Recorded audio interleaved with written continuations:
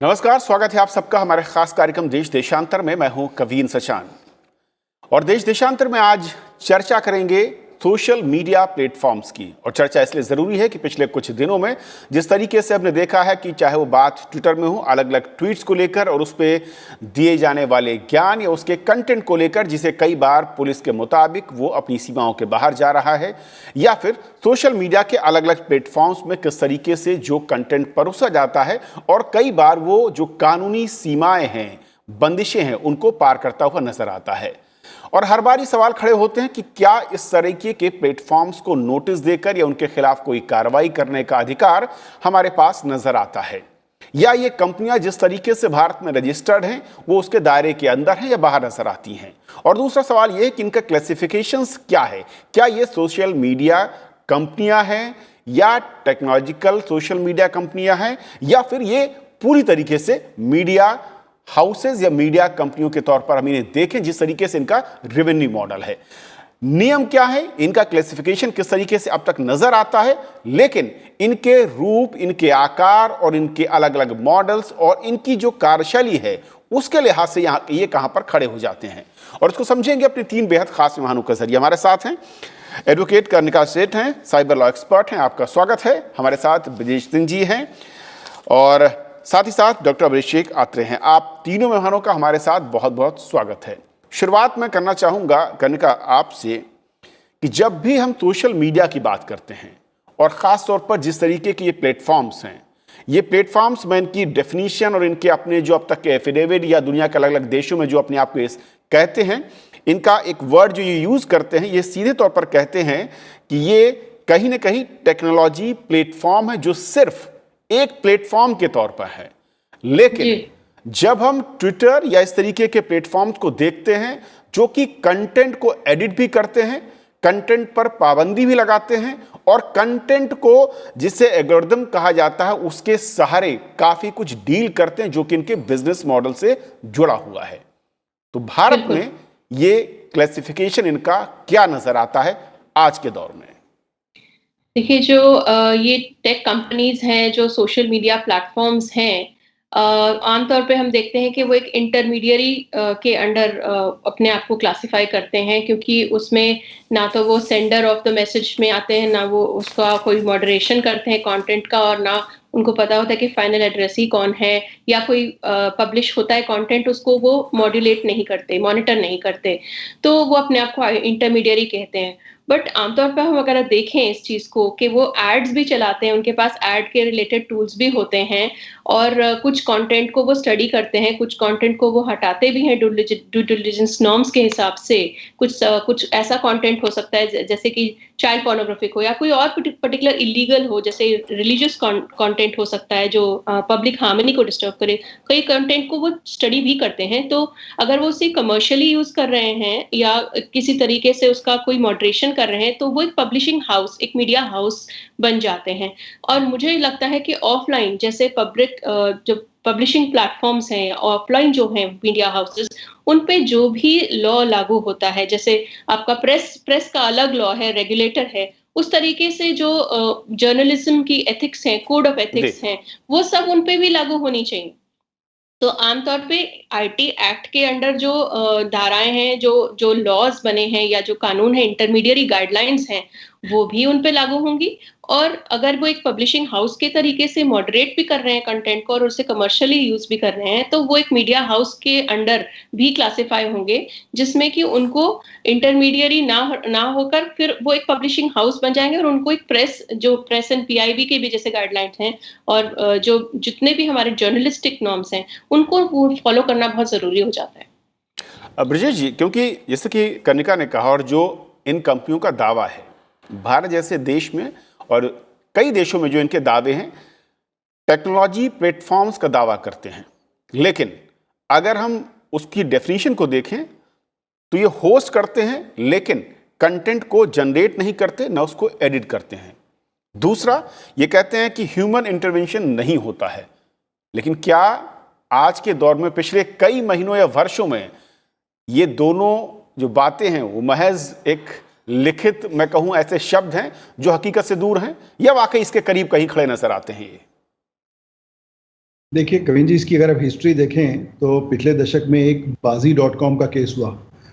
उसके बाद में एक सेफ हार्बर प्रोविजंस देने की बात आई कि यूज़र अगर कंटेंट जनरेट कर रहा है, जहां पर ये कंपनी, जैसा कि कर्णिका जी ने भी बताया, कि ना कंटेंट को क्रिएट कर रही है, ना मॉडिफाई कर रही है, ना एंड यूज़र सिलेक्ट कर रही है, तो इसको केवल इंटरमीडियरी माना जाए और उसको सेफ हार्बर के प्रोविजंस दिए जाएं। तो इसी के तहत एक रूल सेट बना जिसको आप कहते हैं कि intermediary information technology intermediary guidelines rules 2011। लेकिन जैसा आपने कहा कि कुछ इनके क्लेम्स हैं कि हमारे यहाँ ह्यूमन इंटरवेंशन नहीं है, हम यूज़र सिलेक्ट नहीं करते और हम मॉडिफाई नहीं करते। ये तीनों गलत हैं। किस तरह से, मैं बताता हूँ। देखिए, जब ट्विटर का हैक हुआ था, जहाँ पर इलॉन मस्क से लेके कई देशों के राष्ट्रपति, प्रधानमंत्रियों के ट्विटर अकाउंट हैक हुए, तब एक एडमिन पैनल सामने आया जहाँ पर ये दिखाई दिया जा रहा था कि ये लोग ह्यूमन इंटरवेंशन भी करते हैं। इसके अलावा इनके जो ट्रेंडिंग एल्गोरिदम्स होते हैं वो व्यक्ति विशेष के लिए बने होते हैं, आपके डेटा पे डिपेंडेंट होते हैं कि आपकी चॉइसेस या आपके पास लाइक्स डिसलाइक्स किस तरह हैं, उसको लेकर ये लोग ट्रेंडिंग एल्गोरिदम के तहत आपको दिखाते हैं आपके लिए generated content. So basically select कर रहे हैं आप। तीसरी बात, ये पब्लिशर की तरह एक्ट करते हैं जब ये कंटेंट को निकाल रहे हैं, चाहे वो कम्युनिटी गाइडलाइन कहें चाहे कुछ कहें, लेकिन ये कंटेंट निकाल रहे हैं, रोक रहे हैं, डिलीट कर रहे हैं, तो सारी की सारी चीज़ें जो इनको इंटरमीडियरी बनाती हैं या सेफ हार्बर प्रोविजन देती है, उसका ये पालन नहीं कर रहे हैं, क्योंकि उसके वायलेशन में ये काम कर रहे हैं। और अगर आप क्लोज रीडिंग करें इंटरमीडियरी गाइडलाइंस की, तो उसमें बड़े स्ट्रिक्ट प्रोविजंस हैं कि क्या ये कर सकते हैं, क्या नहीं कर सकते हैं। एक विदाउट गोइंग इनटू डिटेल्स, अगर आप इसका केवल इंटरमीडियरी गाइडलाइंस 2011 का एक जो रूल 6 है वो देखें, तो उसमें लिखा है कि intermediary shall strictly follow provisions of act and any other laws for the time being in force. इसका मतलब है कि देश का लॉ ऑफ द लैंड, हमारे सारे कायदे कानून इन लोगों ने मानना चाहिए, लेकिन आप देखें कि इसके वायलेशन में ज़्यादा काम होता है। तो ये एक एनोमलस सिचुएशन है जिस पर ध्यान देना बहुत ज़रूरी है। कविन जी। अभिषेक जी, जिस तरीके से कंपनियों का मैं कहूं कि चेहरा है, लेकिन चेहरे के पीछे जो कार्यशैली जिसका जिक्र किया ब्रजेश जी ने, और जिस तरीके के रूल्स जिसका जिक्र कर्णिका ने किया, तो क्या आज वक्त की ज़रूरत यह है कि इस तरीके के सोशल मीडिया प्लेटफॉर्म्स को क्यों ना हम क्लासिफिकेशन में जो टेक्नोलॉजी प्लेटफॉर्म की हम संज्ञा देते हैं उसे बदलने, उसे हटाकर दूसरे क्लासिफिकेशन में लाने की ज़रूरत है? और अगर ऐसा करते हैं तो क्या जो तमाम विवाद, अपवाद और आरोप लगते हैं और जिस तरीके से ये हर बार बचते हैं, उससे हमें एक नया रास्ता मिल पाएगा, या फिर जैसा चल रहा है वो ऐसा ही चलने में भलाई है? क्योंकि ये कहा दावा किया जाता है कि इनको रेगुलेट करने के लिए हमारे पास उस तरीके के कानून नहीं है। नहीं, प्रॉब्लम उस तरह के कानून हमारे पास सफिशिएंट है, उसकी बात नहीं है। अभी जैसे इंटरमीडियरी रूल्स की बात बताई उन्होंने, अपने आप में एक रूल ही सफिशिएंट है, उन्हें सारे लॉज तो पालन करने ही पड़ेंगे। सेक्शन 153A, सेक्शन जितने भी आईपीसी के और प्रोविजंस हैं, अगर वो हेटर्ड स्प्रेड करते हैं तो उसके लिए प्रोविजंस हैं। अगर जैसे कि अभी 26 जनवरी वाला हुआ या पिछली बार दिल्ली वायलेशन जब हुआ, वायलेंस जब हुई थी, तो लॉज की कमी नहीं है। सवाल है इम्प्लीमेंट हम उनके ऊपर कैसे करें। उनके सारे सर्वर्स तो इंडिया के बाहर रखे हुए हैं। अगर कोई मैसेज जनरेट इंडिया के बाहर होता है और हमारी पुलिस उनसे एड्रेस मांगती है, तो फिर हम उन्हें कहां से पकड़ के लाएंगे? हमारे लॉज टेरिटोरियल इंडिया के बाहर तो एप्लीकेबल होते नहीं है। हमारी मशीनरी इतनी पावरफुल नहीं है। इंडिया के अंदर पकड़ने में हमें पसीने छूट जाते हैं किसी क्रिमिनल को, इंडिया के बाहर से तो कहां पकड़ के लाएंगे? और वो जनरली इतनी इंफॉर्मेशन देते भी नहीं है, वो यही बहाना बना के छूट जाते हैं, हम तो इंटरमीडिएरी हैं। अगर आईपी एड्रेस दे भी दें वो ओरिजिनेटर का, तब भी उसे ढूंढ के निकाल पाना बहुत मुश्किल है। तो सवाल रूल्स में चेंज करने का नहीं है, सवाल यह है कि उन्हें हम किस तरह से बाउंड कर सकते हैं कि उन्हें कंपेल कर सकें, वो अपने सर्वर्स इंडिया में एस्टेब्लिश करें। आज जो सबसे ज्यादा जरूरत है वो इस चीज की है कि उनके सर्वर्स इंडिया में आने चाहिए, ताकि हम कभी भी उनके सर्वर्स तक पहुंच के फिजिकली हमारी मशीनरी वहां पहुंच के और वहां से इंफॉर्मेशन ले सके। अगर इनका मॉडल, इनके सब कुछ कोड जो भी है और जिनकी कार्यशैली है, वो अगर मीडिया हाउस की तरह है और उसी तरीके के रेवेन्यू मॉडल के साथ ये अपने आप को आगे रखते हैं, तो फिर उनके क्लासिफिकेशन को मीडिया हाउस की तरह क्यों नहीं डील करना चाहिए, और क्यों फिर इन पर कार्रवाई नहीं करनी चाहिए अगर ये कोई गलत कंटेंट या कोई ऐसा कंटेंट जो कि भारत के संविधान, वहाँ के नियमों से अपोजिट या उसकी सीमाओं के बाहर जाता हुआ नजर आता है। लेकिन अगर ट्विटर के मैं ऑफिशियल स्टेटमेंट को एक पढ़ना चाहूँगा, कोट करना चाहूँगा, अगर उनको देखें तो ऐसा लगता है कि उनके अपने रूल्स अलग नजर आते हैं। ऐसा क्यों है? किसी एक केस को लेकर स्टेटमेंट दिया गया ट्विटर स्पोक्सपर्सन की ओर से कि we have taken action on tweets that were in violation of the Twitter rules in the with our range of enforcement options। ये उनके ओन ऑप्शंस कैसे हो सकते हैं? जिस कंट्री में आप डील कर रहे हो, जिस क्लासिफिकेशन में आप काम कर रहे हैं, रूल्स जहां तक मैं समझ पाता हूं करने का वो दायरा होना चाहिए। बिल्कुल। जब भी किसी देश में काम किया जाता है, चाहे वो इलेक्ट्रॉनिकली हो, चाहे वो ऑफलाइन मीडिया से हो, उस देश के लॉज़ का पालन करना बहुत ज़रूरी है। तो ये कहना कि ये हम नहीं फ़ॉलो करेंगे या अपने रूल्स के ही हिसाब से चलेंगे, जो हमारी खुद की पॉलिसी है, वो एक आई वॉश के तरीके से है, क्योंकि या वो एक वायलेशन मान सकते हैं, क्योंकि अगर वो ऐसा कर रहे हैं कि लॉज़ का वायलेशन कर रहे हैं और वो सोचते हैं कि सिर्फ़ अपनी ही पॉलिसी के दायरे में रहेंगे, तो वो गलत है। क्योंकि एनफोर्समेंट ऑफ द लॉ, हमारे लॉ, जब हम कहते हैं भारत देश का लॉ है, इंटरमीडियरीज को मैंडेटरीली टर्म्स एंड कंडीशंस लगाने जरूरी हैं, मैंडेटरीली उनको प्राइवेसी पॉलिसी लगाना जरूरी है, और एक पब्लिक ग्रीवेंस ऑफिसर को रखना जरूरी है। अब अगर इलेक्ट्रॉनिकली उनसे डेटा मांगा जाए तो 36 घंटे के अंदर उनको इन्वेस्टिगेशन अगर ऑन करी जाए और एक्चुअल नोटिस मिल रहे, तो उसको डेटा भी उस पे एक्शन लेना ज़रूरी है। उसका डेटा इलेक्ट्रॉनिक एविडेंस 90 दिन के लिए उसको सेफगार्ड करना ज़रूरी है। ये सारे जो कानून बनाए हैं, पेपर टाइगर तो नहीं है, इसका कोई एक महत्व है, इसीलिए बनाए गए हैं। और नहीं तो फिर हम इन्वेस्टिगेशन किसी क्राइम की करेंगे कैसे? और उनसे सहयोग नहीं मिलेगा तो वो जो कंटेंट इंक्रिमिनेटिंग है, जो कंटेंट इलीगल है, वो हटेगा कैसे?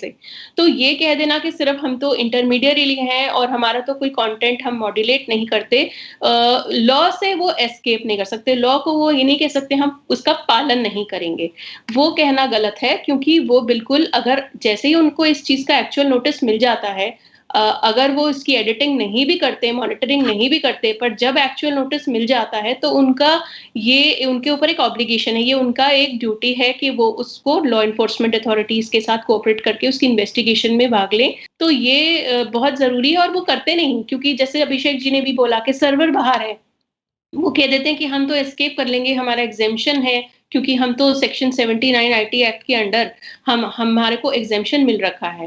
बट ये एग्जेम्पशन भी किसी क्लियर पर्पस के लिए और किसी क्लियर बाउंड्री तक दिया गया है, जब तक कि उनको इस चीज का मालूम नहीं है कि उनके प्लेटफॉर्म पे कुछ इलीगल एक्टिविटी हो रही है, और जहां तक वो खुद उसे मॉनिटर नहीं कर पा रहे हैं, उस दायरे तक ही उनकी एग्जेम्पशन अलाउ है, उसके बियॉन्ड वो लायबल हैं। और यही चीज जाननी बहुत जरूरी है कि एक रेगुलेटर का होना आज के टाइम में, जब सोशल मीडिया एक खुद पब्लिशिंग हाउस बन चुका है, एक रेगुलेटर का होना बहुत जरूरी है, और स्पेशली वहां जहां एडिटिंग मॉनिटरिंग कंट्रोल्स हैं। क्योंकि वो ये तो नहीं कह सकते कि हम पैसा भी कमा लेंगे, पूरी जनता जो है भारत की उसका पर्सनल डेटा भी ले लेंगे, या हम पूरी जनता को जो भी हमारा प्लेटफॉर्म यूज कर रहा है उससे कमर्शियली एक्सप्लॉइट भी कर लेंगे, पर हम भारत के कानूनों का पालन नहीं कर पाएंगे क्योंकि हमारा सर्वर बाहर है। ये कहना कहाँ तक नहीं, एक तरफ सर्वर बाहर और दूसरी तरफ की कंटेंट किसी ने डाला उसको हम देखते नहीं, और जब पता चलेगा तो अपने हिसाब से कार्रवाई करेंगे। हाथ में नहीं है। अगर कोई मीडिया हाउस करने का कोई भी गलत इंफॉर्मेशन या मिस इंफॉर्मेशन रखती है तो उस मीडिया हाउस पर कार्रवाई होती है, उनके खिलाफ केसेस दर्ज होते हैं। तो फिर ट्विटर इससे अलग कैसे खड़ा हो जाता है? सोशल मीडिया के दूसरे जो मैं कहूं कि बड़े प्लेटफॉर्म से वो अपने आप को कैसे अलग खड़ा कर सकते हैं? वो ये कहते हैं कि मिलियंस ऑफ पेजेस और मिलियंस ऑफ पोस्ट हर रोज की डल रही हैं, हम कैसे उसको देख सकते हैं? देखिए, हमारे इंटरमीडिएट गाइडलाइन में साफ साफ लिखा गया है कि ड्यू डिलिजेंस जो है वो फिर भी उनको करनी पड़ेगी, और वो ड्यू डिलिजेंस की जो भी कानून है उसको हमें ज्यादा अच्छे से एलैबोरेट करने की जरूरत है, क्योंकि ड्यू डिलिजेंस एक एम्बिगुअस टर्म है। अब उसके अंदर क्या क्या आ जाता है, कुछ हद तक उसमें दिया भी है। आप इंटरमीडिएट गाइडलाइन देखेंगे तो कुछ टर्म्स बहुत क्लियर हैं, जैसे कुछ एंटी रिलीजियस नहीं लिख सकते आप, उसमें कुछ हेट स्पीच नहीं कर सकते, कुछ इलीगल कंटेंट नहीं डाल सकते। तो इलीगल कंटेंट की डेफिनेशन हार्मफुल टू माइनर्स भी कुछ कंटेंट हो नहीं डाल सकते। अगर कुछ पॉलिटिकली इंक्रिमिनेटिंग हो, किसी को इंसाइटमेंट ऑफ वायलेंस करे, इस तरीके के कंटेंट नहीं डाल सकते। तो जब हम ऑब्सीन कंटेंट नहीं डाल सकते, इलीगल कंटेंट नहीं डाल सकते, या एंटी रिलीजियस या पब्लिक हार्मनी को डिस्टर्ब करता हुआ कंटेंट नहीं डाल सकते, तो इस तरीके की ड्यू डिलिजेंस की ड्यूटी आज भी है उन पे। और अगर वो उसे निभा पा रहे हैं तो एक तरह से अगर वो उसे हटा करके फिर ही पोस्ट करने दे रहे हैं, तो वो तो फिर एडिटिंग कंट्रोल रख रहे हैं। और अगर फिर तो वो इंटरमीडियरी के दायरे में है ही नहीं, पहली बात तो ये है। और अगर वो एडिटिंग नहीं कर रहे तो फिर वो ड्यू डिलिजेंस का पालन नहीं कर रहे, तो वो इंटरमीडिएट गाइडलाइन को वायलेट कर रहे हैं। तो ये जो है ना, एक ग्रे एरिया है इस टाइम, जिसपे हमें चर्चा हम सही मुद्दे पे कर रहे हैं कि क्या उन्हें ड्यू डिलिजेंस गाइडलाइन का पालन कर रहे हैं।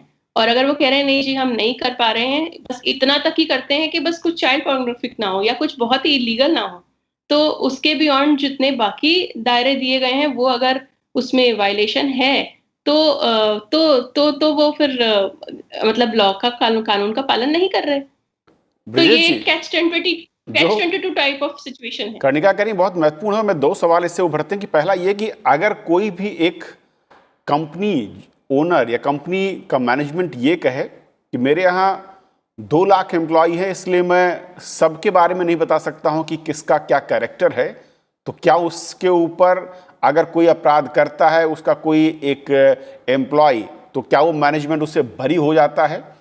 और अगर आप नहीं मैनेज कर सकते हैं और जिस तरीके से आपके टूल और जो आपके मैं कहूँ कि नई नई एल्गोरिदम नज़र आती हैं उसके ज़रिए, तो फिर क्या इनको रीक्लासिफाइड करने की ज़रूरत है? और क्यों नहीं इन पर दूसरे हाउसेज या दूसरी कंपनियों की तरह जो कानूनी सीमाएं हैं, जो बंदिशें हैं, उनको लगाया जा सकता है?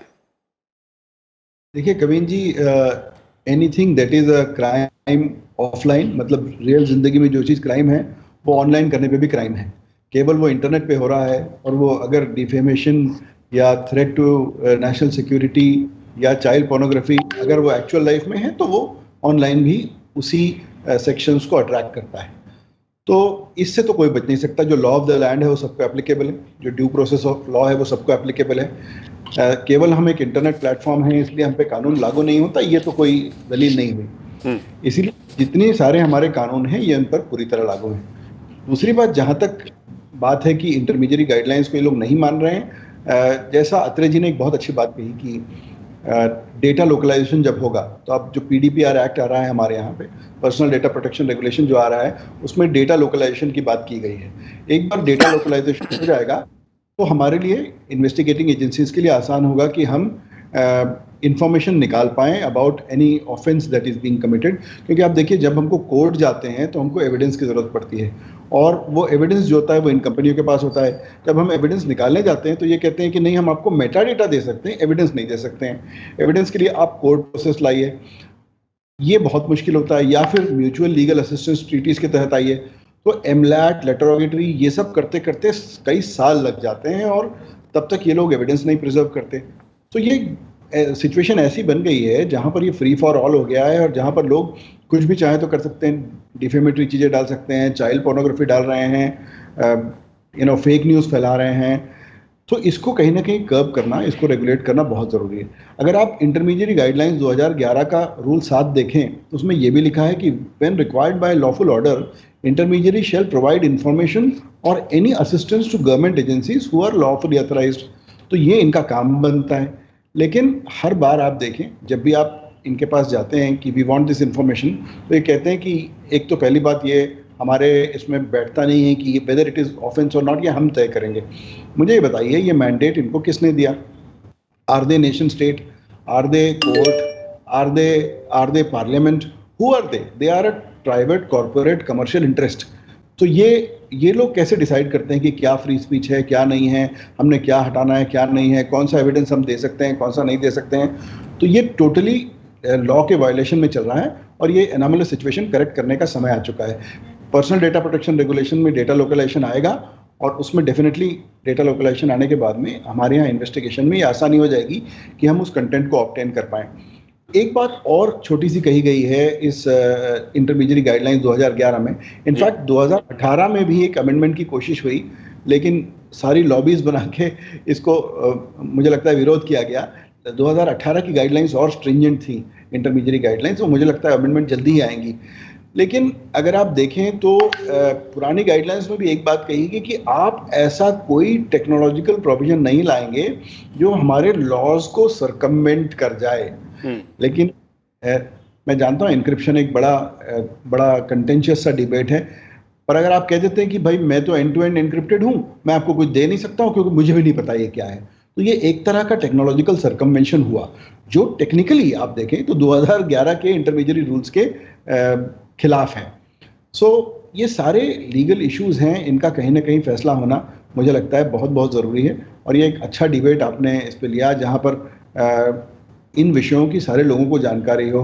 नहीं तो एक वन साइडेड सा डिबेट होता है कि जैसे ही आप सोशल मीडिया कंपनियों के बारे में बात करने लगते हैं तो ये इनके मीडिया कंपनियों के अधिकार की बात होती है, ना तो यूज़र के कोई अधिकार की बात करता है, ना विक्टिम के अधिकार की कोई बात करता है, ना तो protection of citizen from violence, fake news, pornography, terrorist radicalization, इसकी कोई बात नहीं करता है। तो ये सारी गाइडलाइंस क्या इन मीडिया कंपनियों के प्रोटेक्शन के फायदे की हैं? ऐसा तो नहीं है, इसका ये इंटरप्रिटेशन लेना गलत होगा। और जब भी हम फ्री स्पीच की बात करें तो केवल ये कंपनियां जिनका खुद का रिकॉर्ड बहुत खराब रहा है, चाहे आप कैम्ब्रिज एनालिटिका केस देखें या आप अलग अलग जगह पे केसेस देखें, तो ये आप देखेंगे कि ये सब जगह डिसरप्शन फैलाने का काम इन प्लेटफॉर्म पे से हो रहा है। और कहीं ना कहीं बिग टेक की जिम्मेदारी बनती है, जितने बड़े आप हैं, जैसे आपने कहा कि एक कंपनी है उसकी क्या जिम्मेदारी होती है, तो ये जिसको आप लॉ में कहते हैं वाइकेरियस लायबिलिटी या एजेंसी, तो ये आपकी जिम्मेदारी बनती है कि आपका एम्प्लॉय या आपके प्लेटफॉर्म पे अगर कुछ हो रहा है तो आपकी ये जिम्मेदारी बनती है। दूसरी एक चीज़ आती है ड्यूटी टू केयर, कि आपके प्लेटफॉर्म पे से अगर दुष्परिणाम हो रहे हैं